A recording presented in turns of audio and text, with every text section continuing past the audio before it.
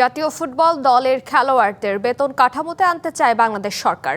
ফুটবলের উন্নয়নে জেলা পর্যায়ে মানসম্মত কোচ তৈরি করা হবে, সেই সাথে 3টি মাঠ সংস্কার করে বাফুফের কাছে হস্তান্তর করবে বলে জানিয়েছেন যুব ও ক্রীড়া প্রতিমন্ত্রী আমিনুল হক। বাংলাদেশের ফুটবলকে আরও এগিয়ে নিতে বদ্ধপরিকর সরকার, এমন কথা জানিয়েছেন বাফুফের সাথে বৈঠক শেষে।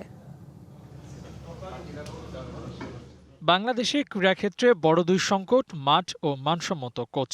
আর সেখানেই এবার হাত পড়েছে সরকারের। যুব ও ক্রীড়া প্রতিমন্ত্রী বাফুফের সাথে বৈঠকে এই দুই সমস্যার সমাধানের চেষ্টা করবেন বলে আশ্বাস দিয়েছেন। মাঠ সংকট কাটাতে কমলাপুর সহ মোট 3টি মাঠ সংস্কার করার কথা ভাবছে সরকার। ফিফার অনুদানে আমাদের ফুটবল ফেডারেশন কিছু মাঠের বরাদ্দ আমাদের কাছে চেয়েছে এবং ইতিমধ্যে আমরা আলোচনা সাপেক্ষে আমরা 3টি মাঠকে আনুষ্ঠানিকভাবে আমরা ফুটবল ফেডারেশনের কাছে চুক্তির মাধ্যমে আমরা হস্তান্তর করব এবং সেই মাঠগুলো হচ্ছে আমাদের কমলাপুর স্টেডিয়াম, আমাদের সিলেট স্টেডিয়াম এবং চট্টগ্রাম স্টেডিয়াম।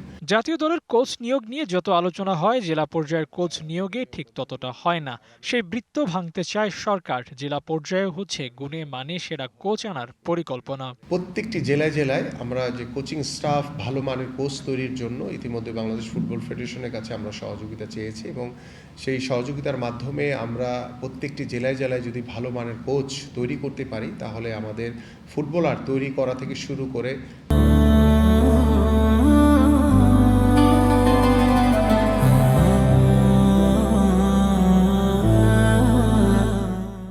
সার্বিকভাবে মনিটর করা থেকে শুরু করে সকল সুযোগ সুবিধাগুলো আমরা ইনশাআল্লাহ সামনের দিকে এগিয়ে নিয়ে যেতে পারব। কোচ নিয়োগেই থামছে না সরকার। বয়সভিত্তিক টুর্নামেন্ট চালু করে ফুটবলের রুট লেভেল আরও পোক্ত করতে চান যুব ও ক্রীড়া প্রতিমন্ত্রী। বয়সভিত্তিক ফুটবল টুর্নামেন্টটি কন্টিনিউ করার জন্য ইতিমধ্যে ফুটবল ফেডারেশনের কাছ থেকে একটি ক্যালেন্ডার চেয়েছি। বিগত অনেক বছর ধরেই আমরা দেখে এসেছি যে আমাদের জেলা পর্যায়ে লিগগুলো হয় না। যদিও গত বছর থেকে আমাদের আন্তঃজেলা ফুটবল টুর্নামেন্ট শুরু করেছে বাংলাদেশ ফুটবল ফেডারেশন, সেটাকে আমরা স্থায়ীভাবে আমরা প্রত্যেকটি জেলায় জেলায় লিগ আমরা অনুষ্ঠিত করতে চাই। সব ফেডারেশনের সঙ্গে বৈঠক শেষেও প্রতিমন্ত্রী বলেছিলেন জাতীয় দলের ফুটবলারদের বেতন কাঠামোর অন্তর্ভুক্ত করা হবে। সেক্ষেত্রে সরকারের তরফ থেকে নির্দিষ্ট পরিমাণ অর্থ পাবেন হামজা সমিতরা।